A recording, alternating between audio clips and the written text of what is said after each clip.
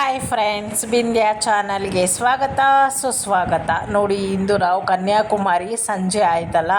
So ಇನ್ನೂ bus ಬರೋದು 8:30 ಅಂತ ಹೇಳಿದ್ರು. ಸೊ ಅದಕ್ಕೋಸ್ಕರ ಅಲ್ಲೇ ಲಗೇಜ್ ಎಲ್ಲ ಪ್ಯಾಕ್ ಮಾಡಿ ರಿಸೆಪ್ಷನಿಸ್ಟ್ ಹತ್ರ ಇಟ್ಬಿಟ್ಟು ನಾವು ಮತ್ತೆ ಸೂರ್ಯ ಮುಳುಗುವ ದೃಶ್ಯ ನೋಡೋಣ ಅಂತ ಕನ್ಯಾಕುಮಾರಿ ಬೀಚ್ ಹತ್ರ ಹೊರಟ್ವಿ.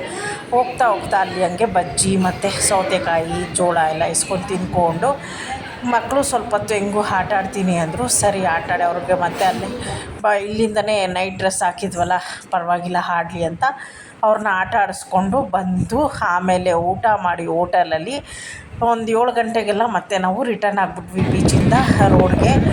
ಬಂದು ಕನ್ಯಾಕುಮಾರಿ ರೋಡ್ ಸೈಡ್ ಬಂದ್ಬಿಟ್ಟು ಅಲ್ಲಿ ಒಂದು ಹೋಟೆಲ್ಗೆ ಹೋಗಿ ಎಲ್ಲ ವೆಜ್ ತಿಂದ್ಕೊಂಡ್ವಿ. ಒಂದೊಂದು ಫ್ರೈಡ್ ರೈಸು ಎಲ್ಲ ತಿಂದ್ಬಿಟ್ಟು ನಾವು ಬಂದ್ವಿ. ಮಕ್ಳಿಗಂತೂ ಇನ್ನೂ ಬೀಚಲ್ಲಿ ಆಡಬೇಕು ಅಂತ ತುಂಬ ಆಸೆ. ಆದರೆ ಟೈಮೇ ಆಗಿತ್ತಲ್ಲ. ನಿನ್ನೆ ಕೂಡ ಕೋವಲಂ ಬೀಚಲ್ಲಿ ಆಡಿದರು. ಸೊ ಇವತ್ತು ಎಲ್ಲ ನೋಡಿಕೊಂಡು ಲೈಟಿಂಗ್ಸ್ ಎಲ್ಲ ಲೈಟೆಲ್ಲ ಹಾಕಿದ್ರು. ಸೊ ಅದೆಲ್ಲ ನಾವು ನೋಡಿಕೊಂಡು ಸೀದಾ ನಮ್ಮ ಬೆಂಗಳೂರಿನ ಕಡೆ ಪ್ರಯಾಣ ಮಾಡಿದ್ವಿ. ಸೊ ಇದು ಕನ್ಯಾಕುಮಾರಿಯ ಬೀಚು. ನಾನಂತೂ ನೀರಲ್ಲಿ ಇಳಿಯೋಕ್ಕೆ ಹೋಗಿಲ್ಲ, ಯಾಕಂದರೆ ನೆನೆನೇ ತುಂಬ ಆಡಿದ್ನಲ್ಲ.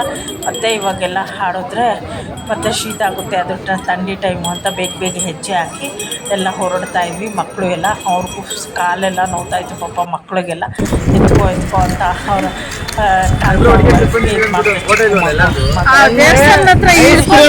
ಪಯಣ ಟೂರು 3 ದಿವಸ ನಾವು 7 ಜನ ಸಖತ್ ಎಂಜಾಯ್ ಮಾಡಿದ್ವಿ, ಖುಷಿ ಮಾಡಿದ್ವಿ.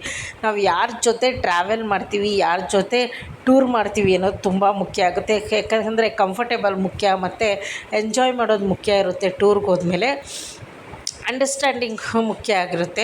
ಸೊ ಒಬ್ರಿಗೊಬ್ರು ಕಾಲು ಹೇಳ್ಕೊಂಡು ಮಾತಾಡಿಕೊಂಡು ಎಂಜಾಯ್ ಮಾಡಿಕೊಂಡೆಲ್ಲ ನಮಗೆ ಕಂಫರ್ಟೇಬಲ್ ಇತ್ತು. ಯಾಕಂದರೆ ಮೂರ್ತಿಯವ್ರ ಫ್ರೆಂಡು ಮೂರ್ತಿ ಮತ್ತು ಕಾಂತ ಅವರಿಬ್ಬರು ಆವಾಗಿಂದ ಅಲ್ಲಿ ಇಲ್ಲಿ ಓಡಾಡ್ತಿದ್ರಂತೆ, ಅದು ರೂಢಿ ಇದೆ ಅವ್ರಿಗೆ.